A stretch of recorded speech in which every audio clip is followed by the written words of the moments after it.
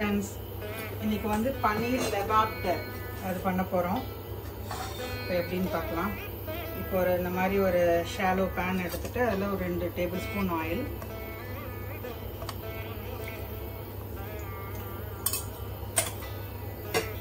டக்குன்னு 1 by 1 போட்டுடலாம். இப்போ இவ்வளோ ஒரு 1/2 டேபிள்ஸ்பூன் ஜீரகம் போட்டுக்கிறேன்.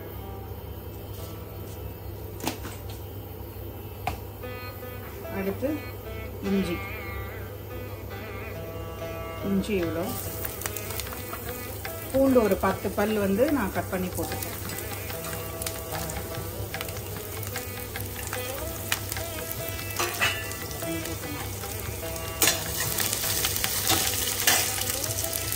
அடுத்து 2 பச்சை மிளகாய்,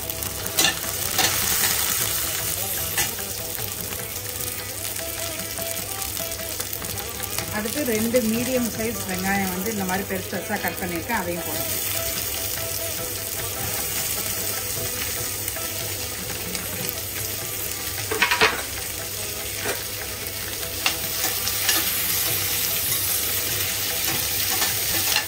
இப்போ அடுத்து இது கூடயே வந்து ஒரு பிரிஞ்சி இலை, ஒரு சின்ன பட்டை துண்டு, ஒரு 3 காடை ஏலக்காய் சேர்த்துக்கிறேன். இது வந்து ஒரு பேஸ் கிரேவி தான் நம்ம இப்போ ரெடி பண்ணுறோம். இந்த கிரேவி பண்ணிவிட்டு அதுக்கப்புறம் நம்ம வந்து பன்னீரை வந்து லைட்டாக டோஸ்ட் பண்ணிவிட்டு அப்புறம் இந்த கிரேவிக்குள்ளே போகிறோம். இது வந்து பேஸ் கிரேவி. இது எல்லாத்தையும் சேர்த்து இப்போ அரைக்க போகிறோம்.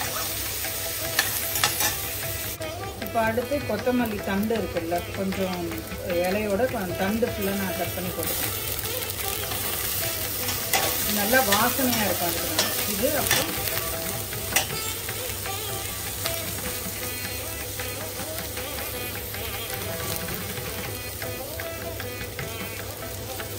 இது வந்து காஷ்மீரி சில்லி, இது ஒரு 3-4 போட்டுக்கலாம். இது வந்து காரமே இருக்காது, கலருக்கு தான்.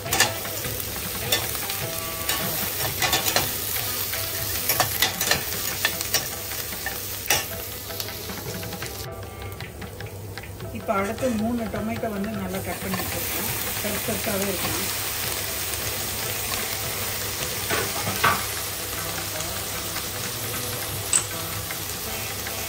இது கூட நான் கொஞ்சம் கல் உப்பு போட்டு நல்லா அதை வதக்கிக்கணும்.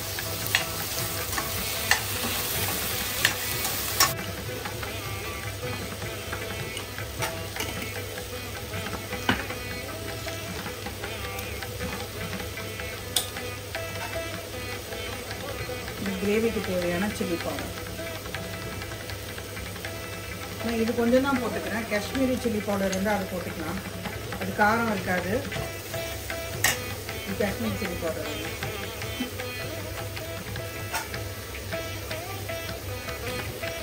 காஷ்மீரி சில்லி பவுடர் ஒரு ஸ்பூன் போட்டுக்கணும். நல்ல கலராக இருக்கும், காரம் இருக்காது.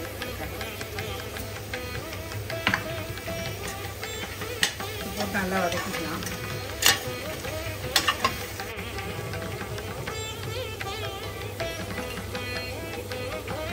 ஒரு 10 நம்பர்ஸ், 10 to 15.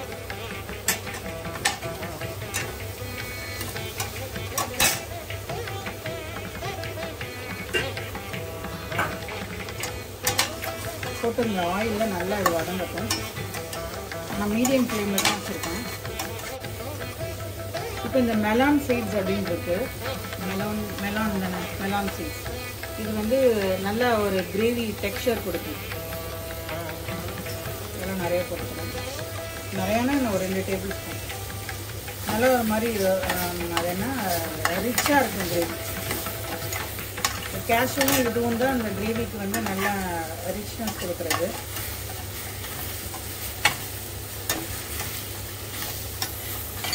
ஸோ போட்டு நல்லா வதக்கணும். இப்போ அது நல்லா ஸ்மூதன் ஆகணும். ஸோ அதனால நான் வந்து ஹாட் வாட்டர் போட்டுக்கிறேன் கொஞ்சம்.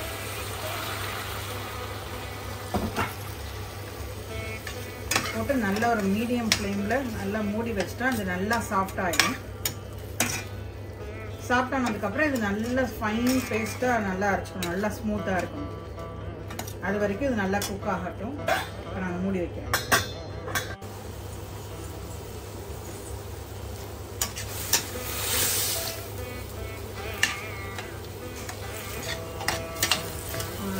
சாஃப்ட் ஆயிடுச்சு எல்லாமே.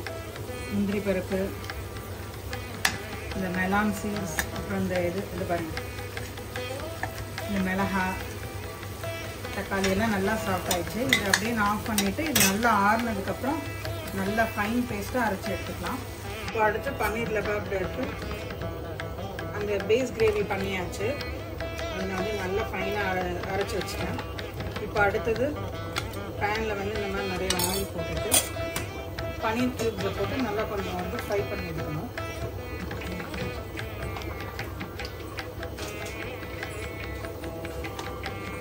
இதை நான் அப்படியே போட்டுக்கிறேன் டேரெக்டாக. ஒன்றும் பண்ணுவேன்.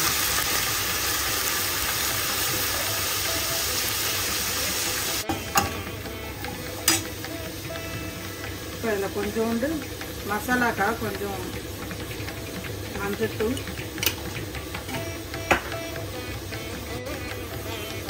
கொஞ்சோண்டு சில்லி பவுடர்,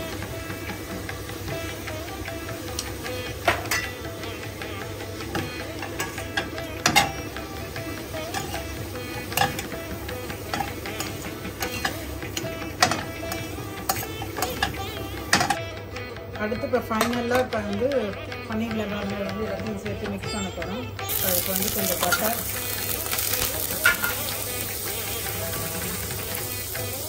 கொஞ்சம் ஆயில்,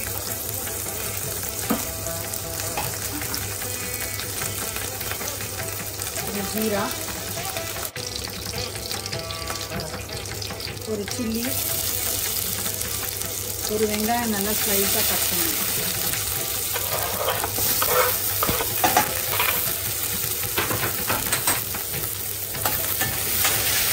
எல்லாத்தையும் சேர்த்து நல்லா வதக்கிக்கலாம். இப்போ அடுத்து இஞ்சி பூண்டு பேஸ்ட் கொஞ்சோண்டு ஆல்ரெடி அந்த கிரேவியில் போட்டிருக்கோம். இது வந்து இந்த மசாலாக்காக கொஞ்சம் வந்து போட்டுக்கலாம்.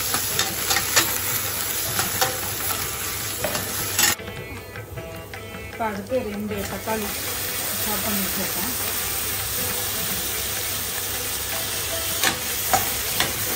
இந்த மாதிரி நல்ல பழமாகிடுச்சு. அது கொஞ்சம்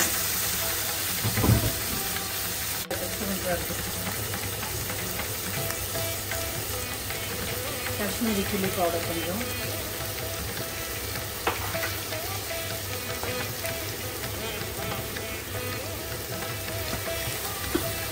டர்மரிக்கும் போடுங்க. இது வந்து கொத்தமல்லி பொடி. எல்லாமே இந்த மசாலாக்காக நம்ம பேஸில் தனியாக போட்டிருக்கோம்.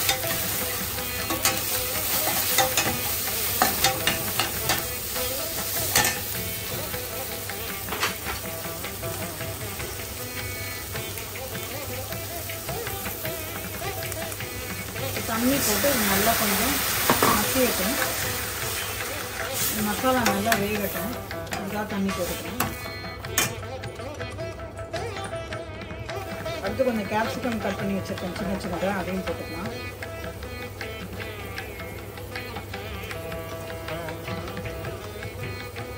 ஒன்று ஃபுல்லாகவே போட்டேன்.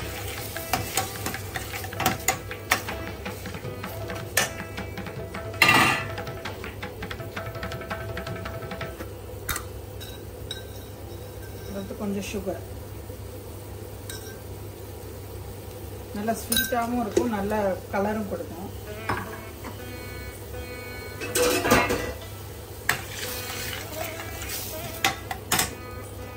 அடுத்தது கசூரி மேத்தி. நல்லா அப்படி க்ரஷ் பண்ணி போட்டுக்கலாம். இதுக்கப்புறம் நான் அரைச்சி வச்சிருக்க இந்த பேஸ் கிரேவி, ஃபஸ்ட்டு இந்த வதக்கி அரைச்சோம்ல, அது எல்லாத்தையும் இப்போ நான் போட்டு நல்லா கிரேவி டெக்ஸ்சருக்கு கொண்டு வந்துடலாம். நான் ஃபைனாக அரைச்சிட்டேன், அதனால ஒன்றும் ஒரு ப்ராப்ளம் இல்லை. கொஞ்சம் குறைன்னு இருந்ததுன்னா நல்லா ஒரு இதில் போட்டு ஸ்ட்ரைனரில் வந்து வடிகட்டி எடுத்துக்கலாம்.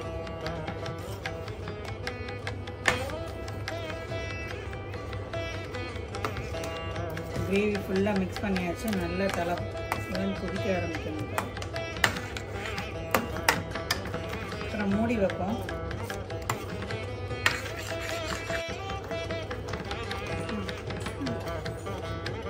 இப்போ பாருங்கள் நல்லா கொதிச்சு வெளியில் நல்லா தெறிக்குது. கொஞ்சம் கேர்ஃபுல்லாக தான் இருக்கணும்.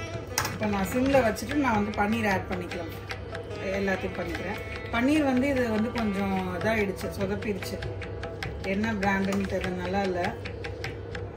அப்படியே கொஞ்சம் உடஞ்சிருச்சு. இது நல்லா முழுசு முழுசாக இருந்தால் ரொம்ப நல்லாயிருக்கும்.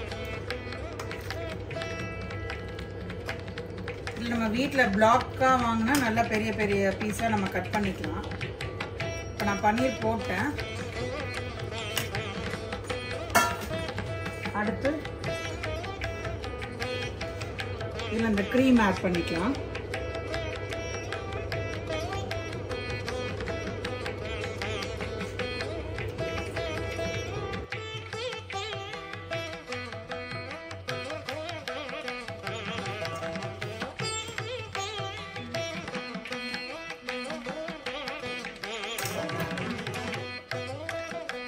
I saw that like 2 weeks ago.